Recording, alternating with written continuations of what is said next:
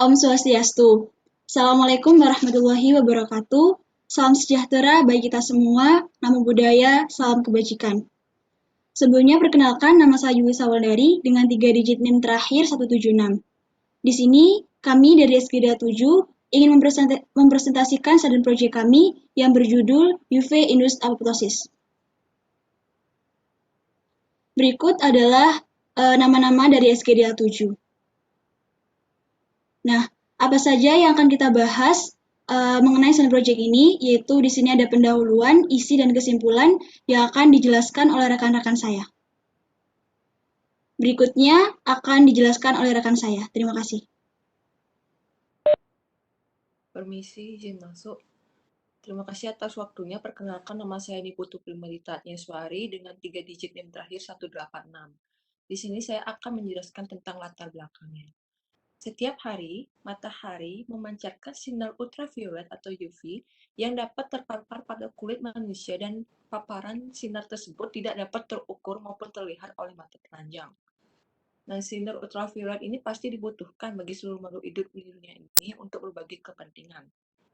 Nah, salah satunya ini paparan sinar UV ini dapat menyebabkan kematian sel terprogram atau apoptosis, itu termasuk pada sel kulit.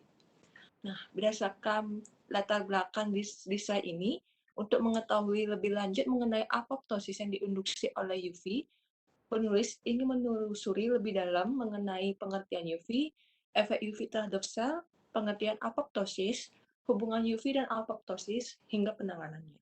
Selanjutnya akan dibacakan oleh rekan saya. Terima kasih. Terima kasih atas kesempatannya. Perkenalkan, nama saya Ngurah Bagus Putra Darmawan. Di sini saya akan melanjutkan presentasi. Adapun rumusan masalah di student project ini, yang pertama yaitu apa pengertian UV, yang kedua bagaimana efek UV terhadap sel, yang ketiga apa pengertian dari apoptosis, yang keempat bagaimana mekanisme sel menjadi apoptosis, yang kelima bagaimana hubungan sinar UV dengan apoptosis, dan yang terakhir bagaimana contoh dan penanganan apoptosis yang disebabkan oleh UV. Next. Tujuan umum dari student project ini yaitu untuk menggali serta menjadi tolak ukur dari pemahaman mahasiswa tentang kematian sel yang disebabkan oleh sinar UV.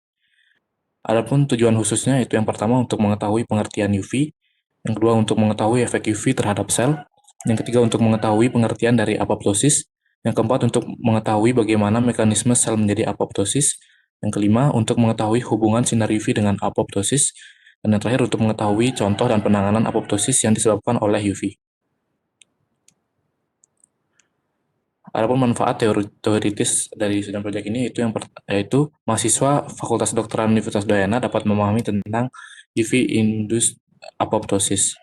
Dan manfaat praktis bagi mahasiswa yaitu mahasiswa dapat mengerti tentang UV-induced apoptosis. Bagi masyarakat dapat menambah wawasan. Dan bagi institusi yaitu yang pertama sebagai media pembelajaran tambahan, yang kedua institusi dapat menilai tolak ukur kemampuan mahasiswa dalam student project ini terutama dalam memahami tentang UV-induced apoptosis dan dapat menambah kepustakaan di Universitas Udayana.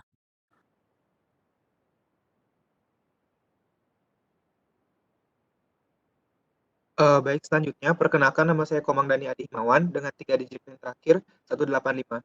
Di sini saya akan menjelaskan mengenai pengertian atau definisi dari sinar UV.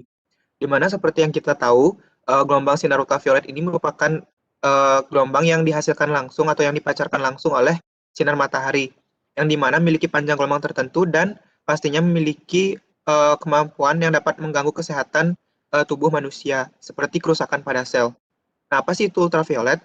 Ultraviolet atau yang biasa disebut dengan UV merupakan salah satu dari radiasi elektromagnetik yang panjang gelombangnya itu melebihi sinar X. Tetapi apabila terhadap sinar tampak itu panjang gelombangnya lebih pendek. Dikutip dari jurnal Yulianto et al. 2019.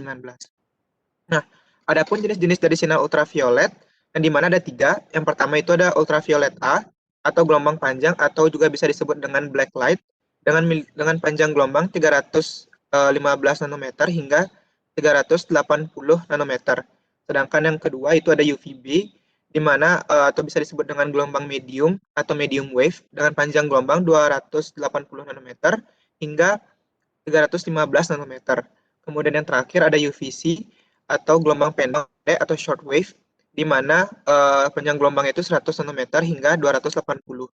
Nah, gelombang dari sinar UV ini mampu memberikan dampak positif pada tubuh apabila tidak melampaui dari ambang batas. Dan juga dari pancaran sinarnya sendiri itu dapat dipengaruhi oleh ada atau tidaknya awan yang menutupi dari sinar matahari tersebut. Sekian dari definisi, selanjutnya akan dilanjutkan oleh teman saya. Terima kasih. Baik, terima kasih atas waktunya. Sebelumnya perkenalkan nama saya Ia Nanti dengan 3 digit yang terakhir 190. Jadi untuk efek UV terhadap sel kulit itu, jadi sebelumnya efek ini ditemukan pada pancaran sinar matahari, di mana ini efek dari sinar UV ini tidak dapat dirasakan oleh manusia secara langsung. Lalu terdapat dua efek dari sinar UV. Yang pertama itu efek positif, yang kedua efek negatif. Untuk efek positifnya, dia sinar UV membentukkan kolekalsiferol atau vitamin D3 yang dapat berfungsi sebagai pertumbuhan tulang, mempertahankan sistem imun tubuh, dipergunakan dalam dunia kesehatan untuk terapi penyakit tuberkulosis, psoriasis, dan vitiligo. Dikutip dari jurnal yang dibuat oleh Tan dan Reginata 2021. Jadi next. Lalu untuk efek negatif itu terbagi atas dua, yaitu yang pertama yang bersifat akut, yaitu efeknya yang pertama ada sunburn inflammation, yang kedua eritema, ketiga tanning sintesis melanin, keempat nyeri, 5 panas, 6 imunosupresif lokal, dan intrinsic efek sistemik. Dikutip dari Pratiwi and Hasin 2021, lalu yang bersifat kronis itu ada yang pertama photoaging, yang kedua imunosupresi, dan yang ketiga fotokarsinogen. Selanjutnya akan dilanjutkan oleh rekan saya. Terima kasih. Baik, perkenalkan nama saya Nyoman Bulan Marni Wijaya dengan 3 digit NIM terakhir 187. Di sini saya akan menjelaskan tentang apa itu apoptosis, di mana apoptosis ini bersumber dari bahasa Yunani yang pertama kali dikenalkan oleh Wiley, Curie, dan Kerr pada tahun 1972, di mana untuk memaparkan kematian sel yang terprogram atau lebih sering disebut dengan program cell death yang bertujuan untuk mempertahankan kestabilan populasi sel. Nah, salah satu bentuk kematian sel itu yaitu apoptosis, di mana merupakan suatu proses yang krusial. Sebab apoptosis ini tidak sekadar menggambarkan patogenesis suatu penyakit, namun dapat juga menyampaikan instruksi cara pengobatan suatu penyakit. Nah, apoptosis ini dapat disebabkan oleh dua sebab, yakni penyebab fisiologis dan penyebab patologis. Apoptosis ini dapat dideteksi dengan melakukan identifikasi dari protein yang berperan serta dalam apoptosis dan gen yang mengatur apoptosis ataupun mengidentifikasi sel yang mengalami apoptosis. Baik, selanjutnya akan dilanjutkan oleh teman saya.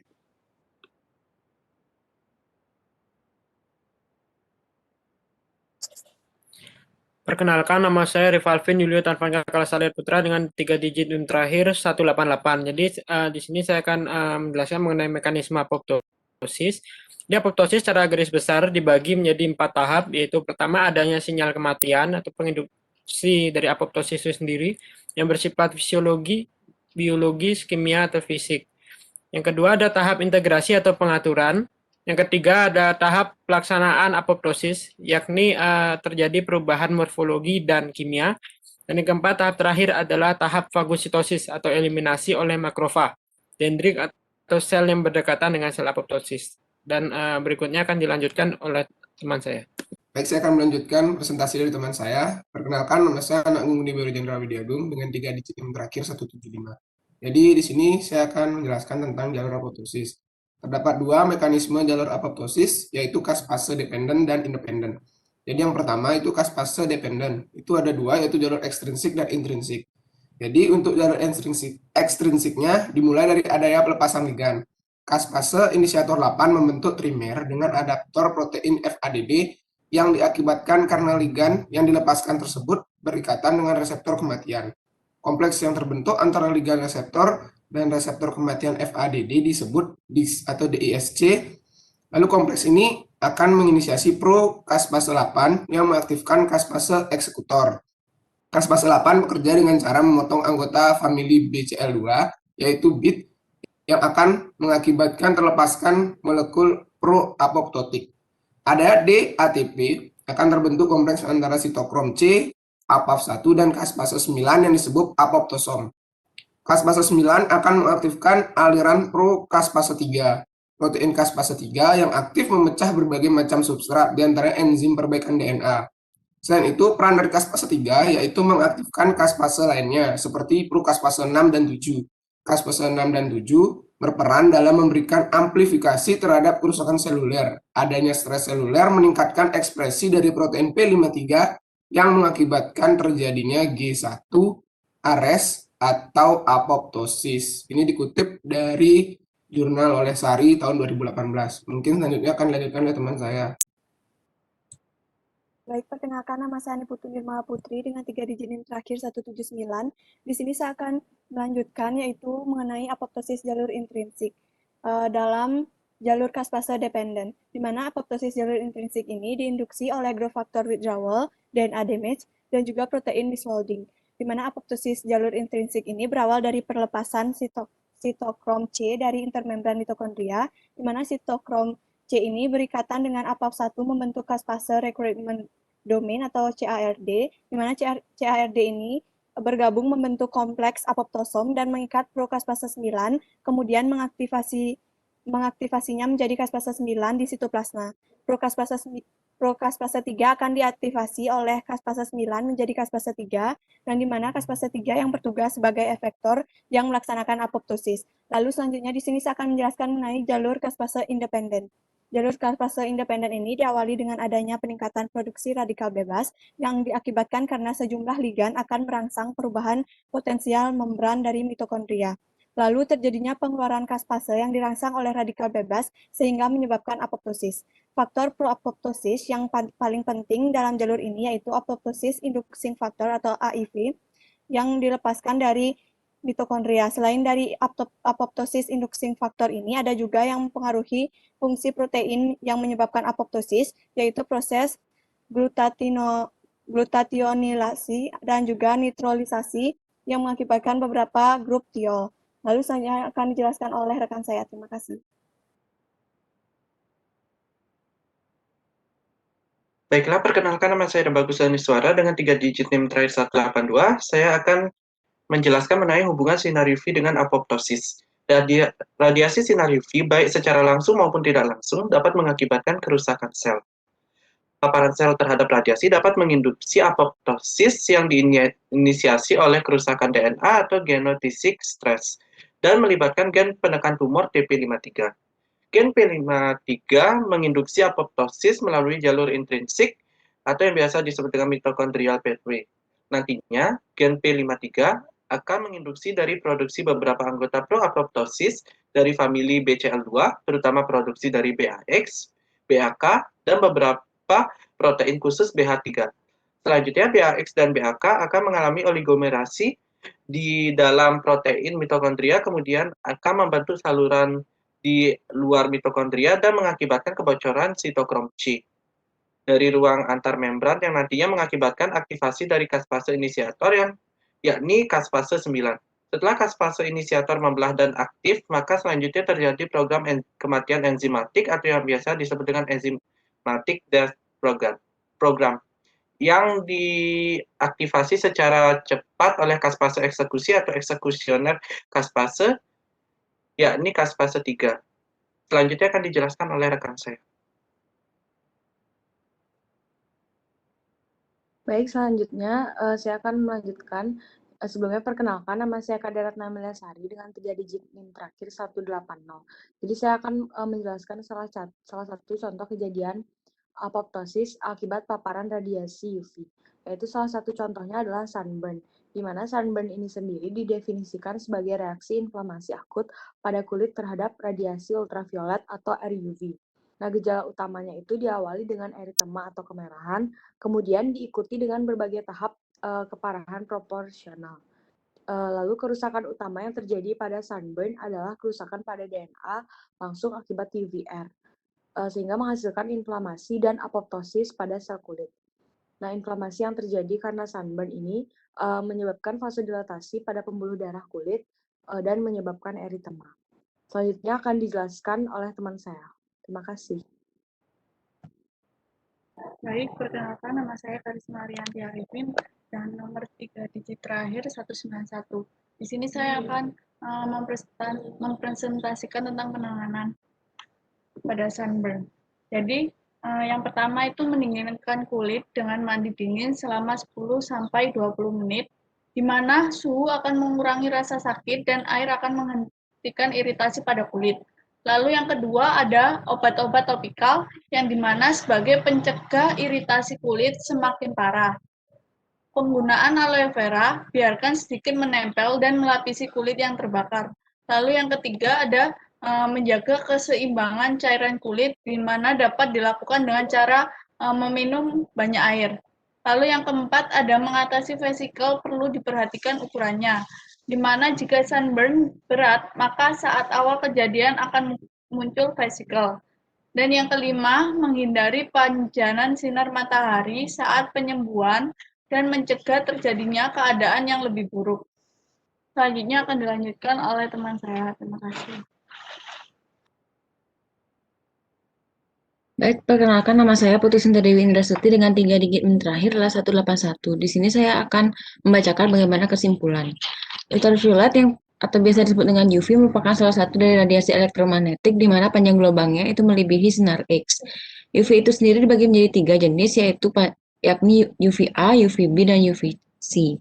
Sinar UV yang kerap dipancarkan oleh matahari dapat membawa efek baik maupun buruk. Salah satunya, efek buruknya adalah penyebab kematian sel. Kematian sel atau disebut dengan apoptosis itu sendiri bisa diakibatkan karena UV, di mana paparan sel terhadap radiasi dapat menginduksi apoptosis yang diinisiasi oleh kerusakan DNA dan melibatkan gen penekan tumor TP53 yang melewati jalur intrinsik. Adapun beberapa contoh penyakit akibat kematian sel oleh UV, yakni melasma dan sunburn.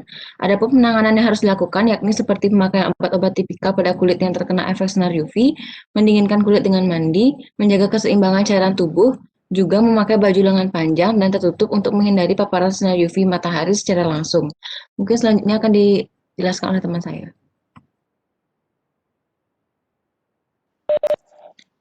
Baik, berikut adalah referensi yang kita gunakan saat menyusun Sun Project ini.